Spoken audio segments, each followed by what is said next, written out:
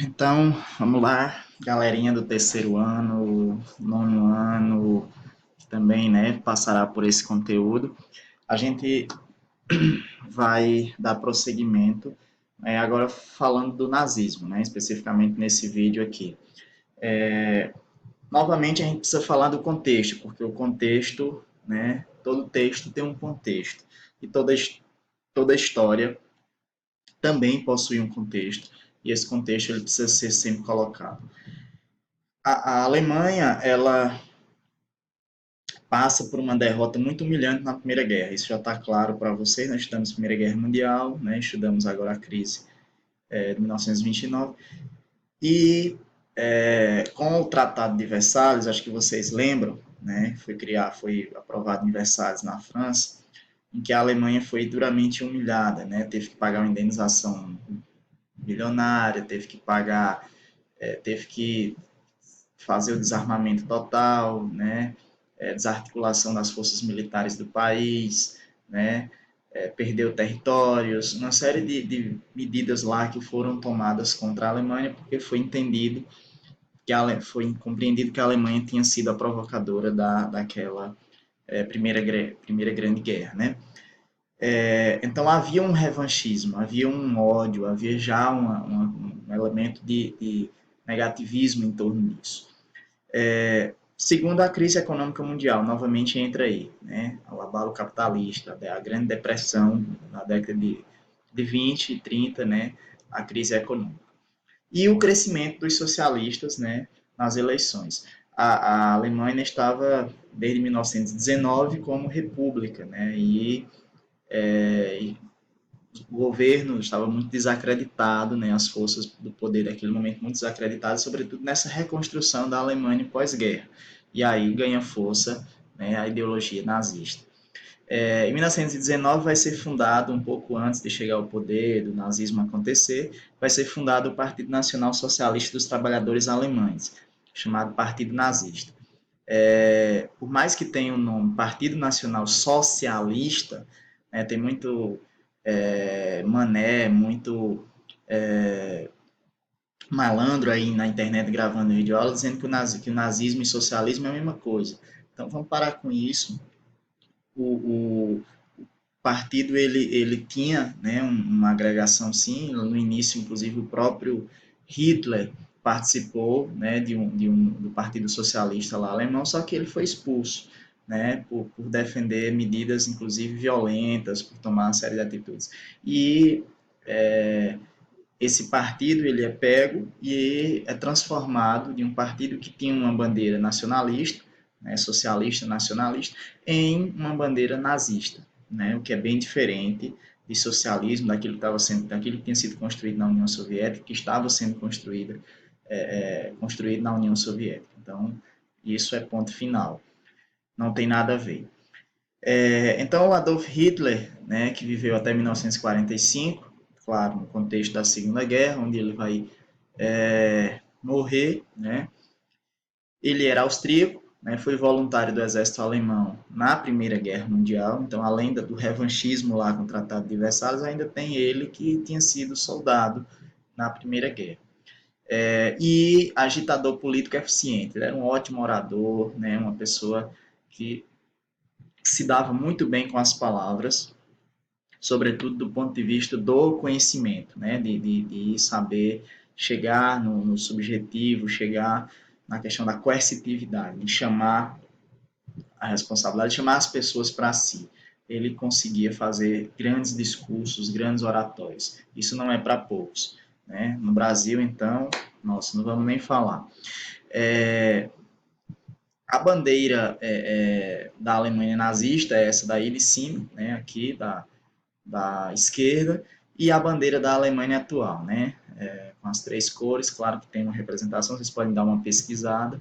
E a bandeira nazista tem como símbolo central, em preto, negro, né, uma suástica negra, que tem todo um significado, que tem toda né, que é o símbolo nazista adotado e transformado assim em ideologia nazista. Então, a bandeira da Alemanha vai ser transformada nessa bandeira aqui, né, dos nazistas. Até a bandeira eles modificam para a gente ter uma ideia como o nazismo, esse totalitarismo, ele é, né, ligado aos símbolos, à representação, né, ao nacionalismo, a essa coisa toda, aquelas características todas que eu já expliquei nos vídeos anteriores, né?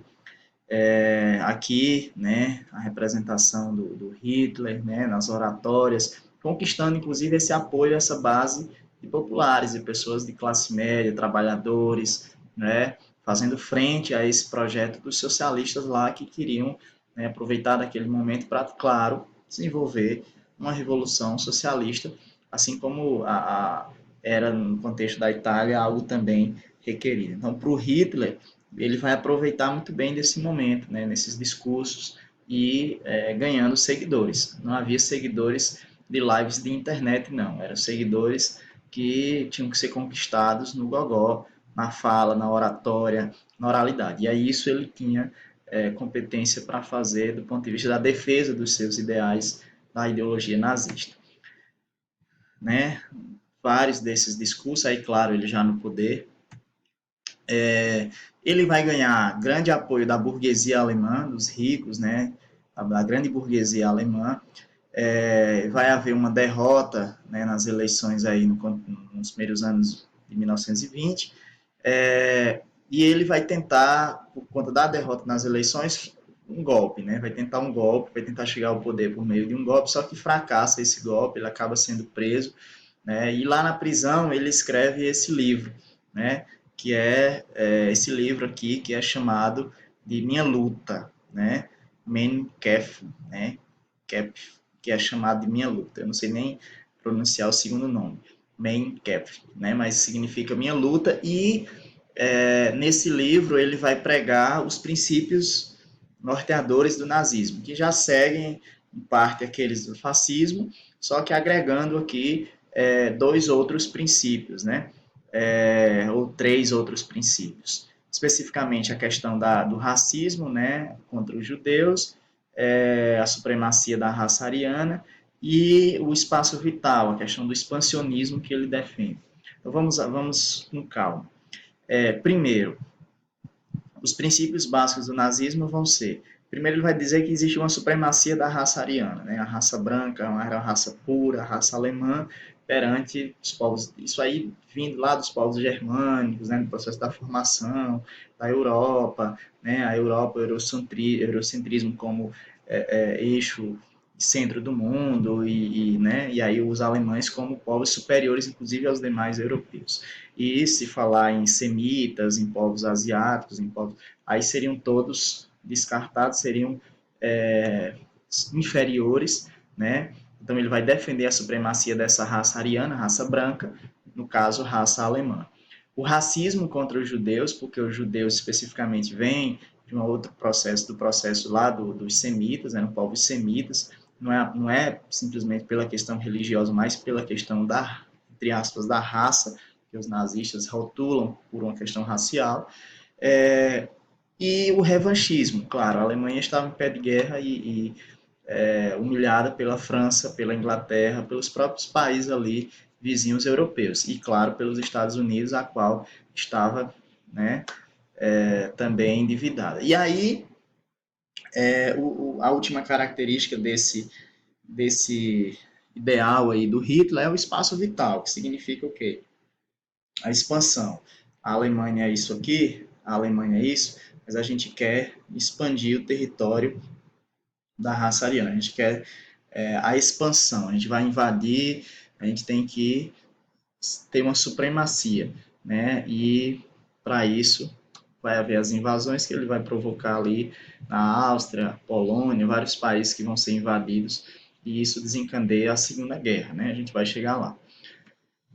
O livro, quanto à educação, e aí eu vou tratar um pouquinho agora com vocês da questão da educação, o Hitler vai pregar, né, nesse próprio livro aí, chamado Minha Luta, traduzido do alemão,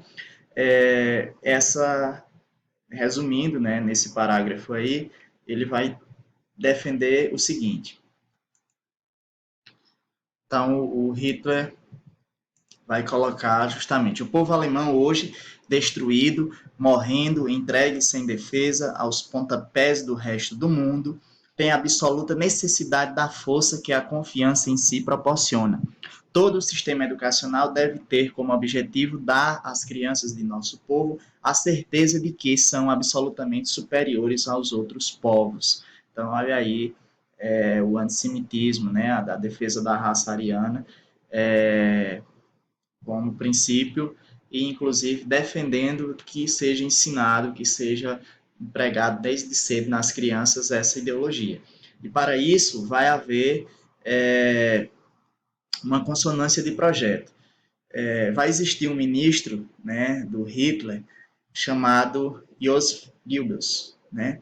Acho que é assim que pronuncia, Joseph Goebbels.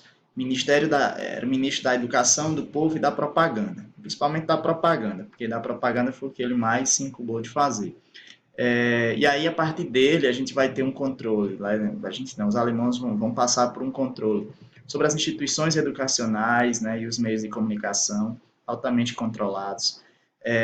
A questão do uso de métodos desonestos e sensacionalistas, né, para divulgar a doutrina nazista. Inclusive, é dele o lema de dizer o seguinte: uma mentira dita 100 vezes torna-se verdade. Então, vamos dizer 100 vezes uma mentira e torná-la verdade. Ele usava disso, né, de maneira muito escrota para incumbir, convencer as pessoas que a ideologia nazista, que o nazismo era a melhor coisa a ser seguida, a ser praticada. E opa, que é isso? Opa, não, eu coloquei isso, coloquei. Eu não aguentei. Me desculpem, mas eu não aguentei, eu tive que colocar isso. Olha o seguinte, Roberto Alvim copia discurso do nazista Joseph Goebbels e causa onda de indignação. Acho que vocês viram isso na mídia, né, recentemente. O ex, né, secretário de Cultura, especial de Cultura, né, do governo brasileiro, copiou um dos discursos, né, colocando em fundo, né, o Joseph colocou o Hitler, né, atrás na parede, a foto, né, ele devia ser o birô dele. O Alvin também colocou do presidente brasileiro. Colocou no fundo uma ópera medieval, né, aquela ópera para poder dar o cenário. Tem uma cruz, né, no discurso do Joseph tem o discurso e no do Alvin também tem a cruz do lado direito, porque foi cortada aí na imagem. Mas essa é uma das reportagens que saiu, inclusive no Globo, né? Aí, presidentes da Câmara, do Senado, enfim, as entidades todas do Brasil vão pressionar, né, progressistas, democráticas, e o presidente tem que demiti-lo, né? Hoje quem ocupa a pasta, vocês sabem, é a Regina Duarte, né? Só para entender o porquê de saber a história. Por que a gente precisa conhecer a história? Para a gente não repeti-la, seja como cópia fidedigna ou como farsa, né? Ou como farsa. A gente precisa entender a história. E aí, nessa ditadura nazista, vão ser feitas imensas perseguições, né, aos judeus, várias leis, né, que vão ser criadas para poder fazer perseguição e dar, né, um cumprimento daquela doutrina antissemitista, né, de colocação da raça ariana acima das demais raças, e especificamente dos judeus, né, dos semitas. E não apenas judeus, porque negros, homossexuais, comunistas, socialistas, diversos outros grupos que também vão ser perseguidos, também vão ser massacrados na Alemanha ou presos, né? E durante a Segunda Guerra, os judeus, principalmente em campos de concentração, os demais grupos ou vão sofrer essas torturas, sanções, prisões, assassinatos, ou vão ter que sair da Alemanha, vão ter que fugir, claro, para não passar por esses terrores, né?